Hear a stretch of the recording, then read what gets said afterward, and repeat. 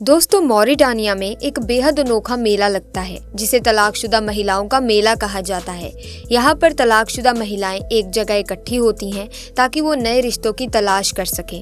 ये सिर्फ एक मार्केट नहीं है बल्कि एक ऐसा प्लेटफॉर्म है जहाँ महिलाएं अपनी ताकत दिखाती हैं और एक दूसरे के साथ अपने अनुभव शेयर करती हैं। इस मेले में महिलाएं अपने हुनर और टैलेंट को दिखाती हैं जो कि समाज में उनके स्थान को और भी मजबूत बनाता है।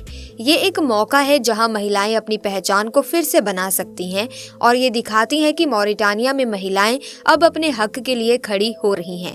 खास बात ये है कि ये मेला न केवल नए रिश्तों के लिए बल्कि ये एक ऐसी स्थिति भी पैदा करता है जहां महिलाएं अपने अधिकारों के बारे में बात कर सकती हैं और एक दूसरे का साथ देती हैं। ये समाज में बदलती सोच का एक बहुत अच्छा एग्जाम्पल है जहाँ तलाक के बाद महिलाएं अपनी जिंदगी को नए सिरे से जीने का मौका पा रही हैं। आप सोच रहे होंगे कि ये मेला कैसा होता है और महिलाओं के लिए ये कितनी खास बात है, ऐसा क्यों है कि ये खास है। तो चलिए हम इस अनोखे मेले की सच्चाई को समझते हैं और जानते हैं कि मॉरिटानिया की कल्चर में ये कैसे एक इम्पोर्टेंट हिस्सा बन गया है। दोस्तों, मॉरिटानिया में तलाक बाजार का कॉन्सेप्ट कुछ अलग है, कुछ खास है। ये कोई एक्चुअल मार्केट नहीं है बल्कि ये एक ऐसी जगह है जहाँ तलाकशुदा महिलाएं अपने सोशल स्टेटस को फिर से संवार सकती हैं। यहाँ वो फिर से शादी कर सकती हैं। ये तलाक बाजार सिर्फ महिलाओं को नए अपॉर्चुनिटीज ही नहीं देता बल्कि उन्हें जीने का एक नया चांस भी देता है। तो चलिए आज हम इसी इंटरेस्टिंग टॉपिक पर डिटेल में चर्चा करेंगे। मॉरिटानिया एक ऐसी जगह है जहाँ पर एक बंदा जाने के सपने देखता है। जी हाँ, बिल्कुल सही सुना आपने। ये एक ऐसी कंट्री है जहाँ औरतें अपना डिवोर्स होने पर सेलिब्रेट करती हैं। सच में ये काफ़ी ज़्यादा शॉकिंग है क्योंकि अक्सर जब एक आदमी एक औरत को छोड़ देता है या तलाक दे देता है तो हमारा समाज उसकी इज्जत नहीं करता। उसे ऐसे ट्रीट किया जाता है जैसे उसके साथ बहुत बुरा हो गया हो। उसे एक बेचारी की तरह ट्रीट किया जाता है और कई बार तो उसे ही गलत ठहरा दिया जाता है कि लड़की की गलतियों की वजह से ही इसका तलाक हुआ है। अब देखा जाए तो ये एक और हैरान करने वाली बात है और वो ये है कि यहाँ तेल के कई मिल्स मौजूद हैं, फिर भी आधी से ज्यादा आबादी पॉवर्टी लाइन से नीचे जीने को मजबूर है। बात करें दोस्तों यहाँ की करेंसी की, तो यहाँ की करेंसी है मॉरिटानियन ऑग्युआ। भारत के रुपए से भी मजबूत है। ये एक मॉरिटानियन ऑग्युआ भारत के 2.11 रुपीस के बराबर है, लेकिन फिर भी मॉरिटानिया को दुनिया के सबसे गरीब देशों में गिना जाता है। इस देश को औपचारिक रूप से इस्लामिक रिपब्लिक ऑफ मॉरिटानिया के नाम से भी जाना जाता है। बता दें कि इस कंट्री के बॉर्डर्स ईस्ट में माली, वेस्ट में अटलांटिक महासागर, नॉर्थ में पश्चिम सहारा, नॉर्थ ईस्ट में अल्जीरिया और साउथ वेस्ट में सेनेगल से मिलती है। इस कंट्री का टोटल एरिया लगभग 10,30,000 वर्ग किलोमीटर है जो दुनिया के भूभाग में तकरीबन 0.06% की हिस्सेदारी रखता है।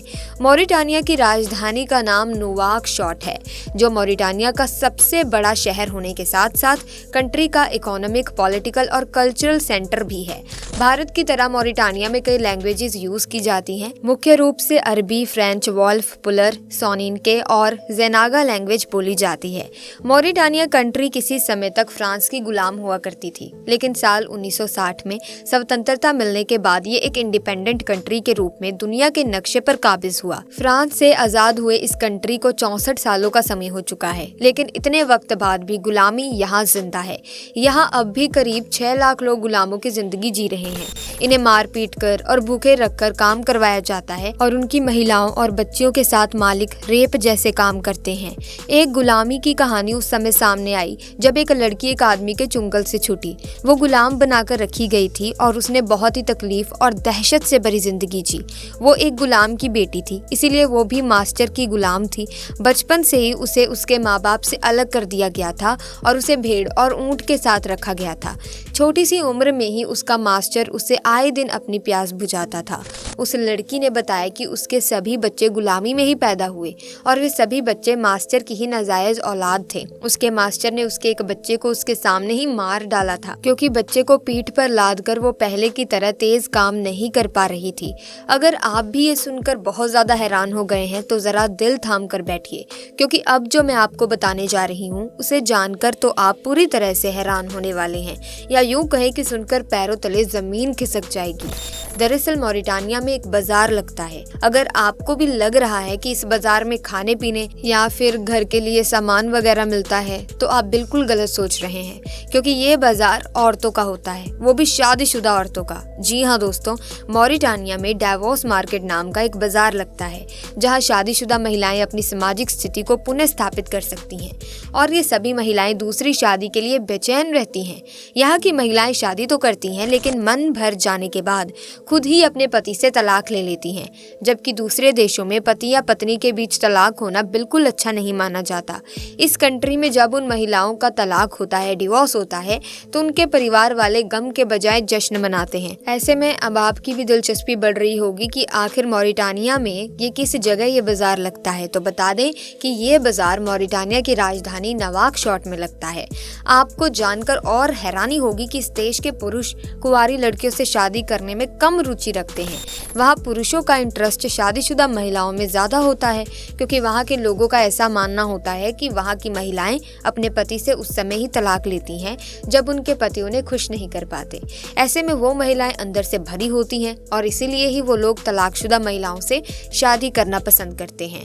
नवाकशॉट बाजार में लगने वाले इस मेले में रोजाना महिलाओं से शादी करने पुरुष ही आते हैं। जब मॉरिटानिया में किसी महिला का तलाक होता है तो वो अपने पति का सारा फर्नीचर उठाकर इस बाजार में ले आती है और वो फर्नीचर की व्यापारी बन जाती है। यहाँ के पुरुषों के मुताबिक तलाकशुदा महिलाएं काफी अट्रैक्टिव दिखती हैं और इनकी शादी हो चुकी होती है, इसीलिए इनके पास एक्सपीरियंस भी भरपूर मात्रा में होता है। इसके अलावा वो अपना घर खुद ही चला सकती हैं और अपनी लाइफ में आगे बढ़ने को भी तैयार रहती हैं। मॉरिटानिया की जो परंपरा और रिवाज के मुताबिक बात करें तो यहाँ तलाक को एक अलग ही नजरिए से देखा जाता है। वहाँ के लोगों के लिए ये एक नॉर्मल थिंग है। जब यहाँ की महिलाएं तलाक लेती हैं तो तलाक लेने के बाद वो घर का फर्नीचर, बैग और दूसरा सामान इस बाजार में बेचने चली आती हैं। मॉरिटानिया में महिला का तलाकशुदा होना उसके साथ ही अन्य सहेलियों और साथियों के लिए खुशियों का मौका होता है और यहाँ पर इस बात को लेकर जश्न मनाया जाता है। यहाँ की परंपरा के मुताबिक तलाक कोई शर्म या दुख की बात नहीं है, बल्कि यहाँ के लोगों के अनुसार तलाक होना एक खुशी की बात होती है, क्योंकि ये उस महिला के जीवन की नई शुरुआत होती है। जो पुरुष उस तलाकशुदा महिला से शादी करता है वो इन्हें इनके पहले पति से भी ज्यादा पसंद करता है और इनका खासा ध्यान और ख्याल भी रखता है। अगर शादी करने वाली महिला के बच्चे हैं तो उन बच्चों का खर्चा भी उस महिला के नए पति को ही उठाना होता है और वो उन बच्चों को भी अपने साथ में रखता है। लेकिन दोस्तों, यहाँ पर उस महिला की शादी उसके तलाक के तुरंत बाद नहीं होती, बल्कि उस महिला को तलाक और अपनी दूसरी नई शादी के बीच में 3 महीने का गैप रखना पड़ता है। ऐसा वहाँ के रूल के मुताबिक होता है। ये 3 महीनों का गैप ये देखने के लिए होता है कि कहीं वो तलाकशुदा महिला प्रेग्नेंट तो नहीं है। अगर वो महिला प्रेग्नेंट नहीं होती तो उसकी शादी जल्द ही हो जाती है, और अगर वो महिला प्रेग्नेंट होती है तो उसकी शादी में काफ़ी ज़्यादा प्रॉब्लम्स आती हैं और बहुत ही रेयर केस में उसकी शादी हो पाती है।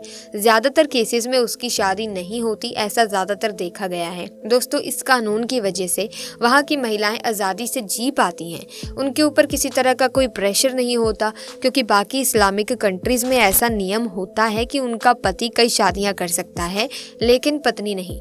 लेकिन इस देश में कानून उल्टा है। ऐसा कानून होने के कारण यहाँ की महिलाएं बिना किसी दबाव के अपने रिश्ते को चलाती हैं। हालांकि ऐसा नहीं है कि वहाँ की हर महिला अपने पति से तलाक लेकर दूसरी शादी करती हैं, बल्कि कई महिलाएं तो ऐसी भी होती हैं जो एक बार शादी करके ही अपनी पूरी जिंदगी अपने उस पति को अपना पहला और आखिरी बनाकर रखती हैं। लेकिन ऐसा वहाँ पर बहुत ही कम होता है, और ऐसा तब होता है जब उनका पति उन्हें अच्छे से रखे, अच्छे से बात करे, और सबसे मेन बात यह है कि वो उस औरत को खुश रखे। और अगर पति ऐसा करता है तो वो औरत अपने उस पति के साथ रहना पसंद करती है। हालांकि कई बार ऐसा होता है कि उनके पति कमाने के लिए बाहर चले जाते हैं और सालों तक घर नहीं आते। ऐसे में उनकी ज़रूरतें पूरी करने के लिए जब उनका पति नहीं होता तो वो दूसरी शादी कर लेती हैं। दोस्तों, मॉरिटानिया एक अफ्रीकी देश है और बाकी अफ्रीकी देशों की तरह यहाँ पर भी काफ़ी ज़्यादा गरीबी है, लेकिन बाकी अफ्रीकी देशों की तरह यहाँ पर गृह युद्ध नहीं छिड़ा है और यहाँ मौजूद सभी लोग खुशी से रहते हैं।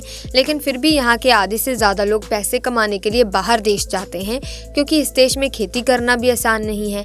ऐसा इसीलिए क्योंकि मॉरिटानिया का लगभग 90% पार्ट रेगिस्तान में बसा हुआ है, जो कि लगातार तेजी से अपना विस्तार मॉरिटानिया की ज़मीन पर करता जा रहा है। बात करें फर्टिलिटी रेट की, तो फर्टिलिटी रेट 5% के आसपास का है, यानी कि यहाँ के लोग एवरेज 5 5 बच्चे पैदा करते हैं, जो कि आज़ादी के समय 8 था। आज़ादी के 64 साल बाद भी इस देश के हालात बहुत ज़्यादा नहीं बदले और एक बड़ी आबादी को आज भी यहाँ पर गुलाम बनाकर काम कराया जाता है, जिसकी वजह से इस देश की आबादी काफ़ी ज़्यादा कमज़ोर है। देश की कुल जीडीपी $8 बिलियन के आसपास है, जो कि भारत के किसी छोटे शहर की जीडीपी से भी कम है। और इसी वजह से इस देश में शिक्षकों को भी ज़्यादा अहमियत नहीं दी जाती। सिर्फ 51% लोग ही इस देश में आपको लिटरेट देखने को मिलेंगे, यानी कि पढ़े लिखे मिलेंगे, जबकि यहाँ की 58% आबादी गरीबी रेखा के नीचे रह रही है और लगभग 16% लोग ऐसे भी हैं जो बहुत ही ज़्यादा गरीबी में अपना जीवन गुजारने को मजबूर हैं। इस देश की हालत इतनी ख़राब है। सो आप देख सकते हैं दोस्तों कि इस कंट्री में कितनी गरीबी है। बात करें अपने पर्सनल पॉइंट ऑफ व्यू की, तो मुझे सबसे ज़्यादा शॉकिंग मॉरिटानिया का ये तलाकशुदा महिलाओं का बाजार ही लगा, क्योंकि जिस तरह की संस्कृति में हम पले बढ़े हैं, तलाक किसी कारणों की वजह से हो सकता है, लेकिन उसके बाद महिलाएं किसी बाजार में जाकर ऐसा प्रदर्शन करती हैं, तो ये काफ़ी शॉकिंग है। फिलहाल आप हमें बताइए कि अगर आपको मौका मिले तो क्या आप जाना चाहेंगे मॉरिटानिया में? कमेंट सेक्शन में इसका भी आंसर ज़रूर दीजिएगा। साथ ही इस वीडियो को लाइक करें, शेयर करें, चैनल को सब्सक्राइब करके बेल आइकन को प्रेस कीजिए ताकि नई वीडियोस की अपडेट आपको मिलती रहे। जल्दी मिलेंगे एक नई वीडियो में, तब तक के लिए थैंक्स फॉर वॉचिंग।